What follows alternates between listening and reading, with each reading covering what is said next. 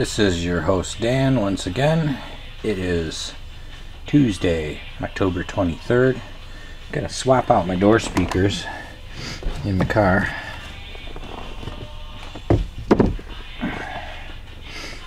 brand I have in here right now is Phoenix Gold. This is a 6 and a 1 separates. So you get your woofer and your tweeter.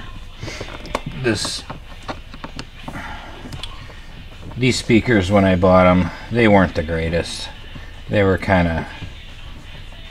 they got the brand name Phoenix Gold, but it was right around the time they were building a lesser line, and you know, the price was right. I think it was like 140 bucks for the whole set with the crossovers.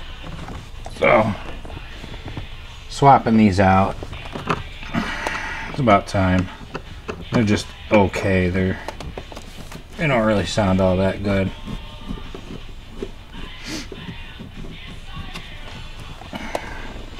This should be relatively straightforward. 4 screws. Pop this one out, pop the new one in.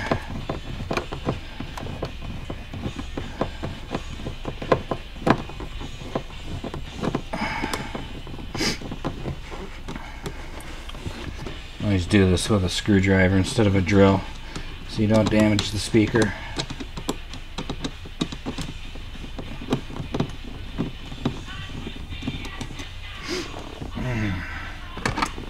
Alright, that should pop out. There we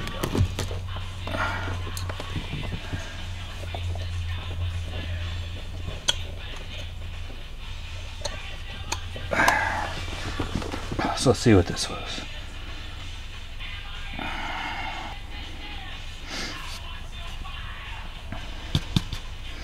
It's an okay woofer. Nothing special. But since it has a Phoenix Gold, everybody thinks, oh, this thing's got to be great. And no, it's not. It's just alright. So what I'm going to pop in is this MB Quart. I've had this speaker. This is about a 20-year-old speaker. As you can see, it's got some rust on the backside because it was actually in the door of one of my cars. But it still works, and these sound phenomenal.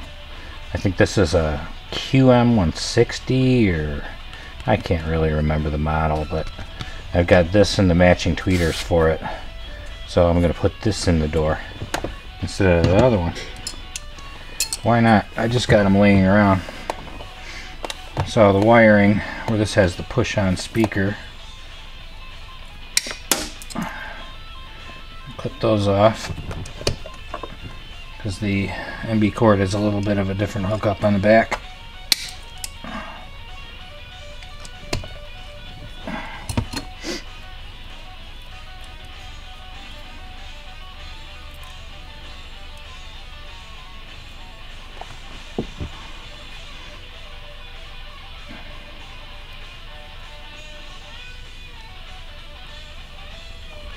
The MB Quart uses these spade terminals to connect to the back, which is kind of unique. It's pretty cool because they won't fall off or be loose, but not many speakers use that. They really should.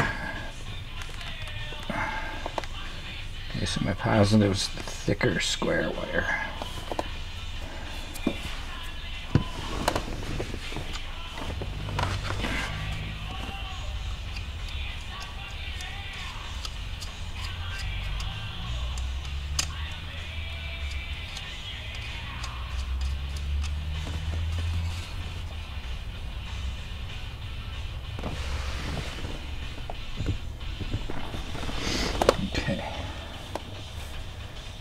Positive's the one.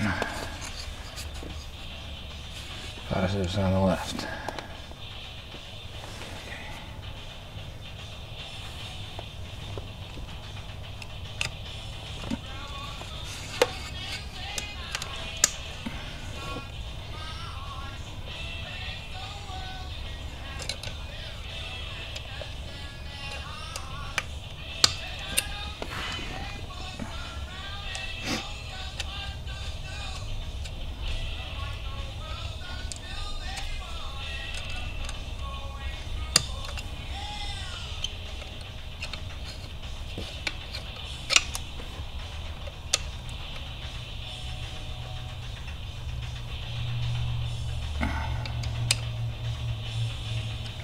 Pretty cool connection there. These are never going to wiggle off of there.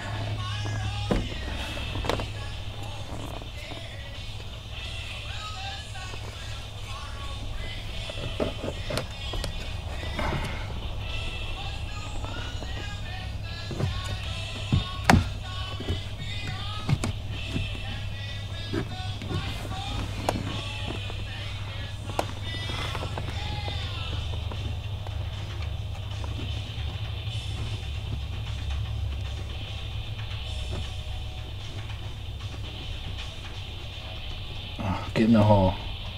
Your home is in the hole.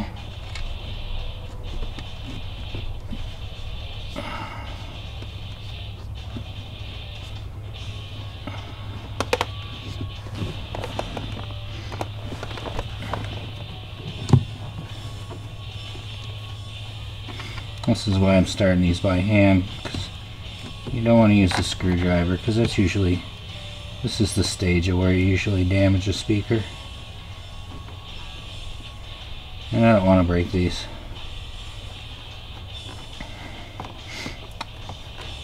Probably one of the reasons they've lasted over 20 years is because they've got a poly. I think this is a poly. At least the part that goes around the woofer.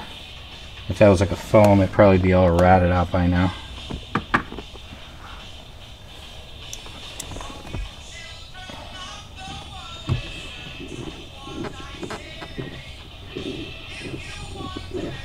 Notice I put my finger on the side of that screw, so if it pops off, it's not going to hit the surround and poke a hole through it. That's why I don't use a drill when I'm putting in screws for speakers. And yes, I have put a few holes in a few speakers in my days. It sucks. It really does. You do it to like a 15-inch woofer and you just sit back and go, damn it, what did I just do? But even if you did poke a hole in the surround here, it's not like the speaker's bad. All the surround does is hold the cone to the basket. It could be easily repaired, just glued back together.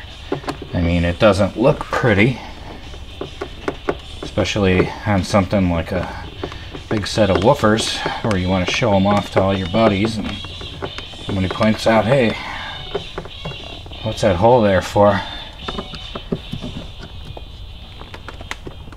Like, oh, that was just me being a dumbass.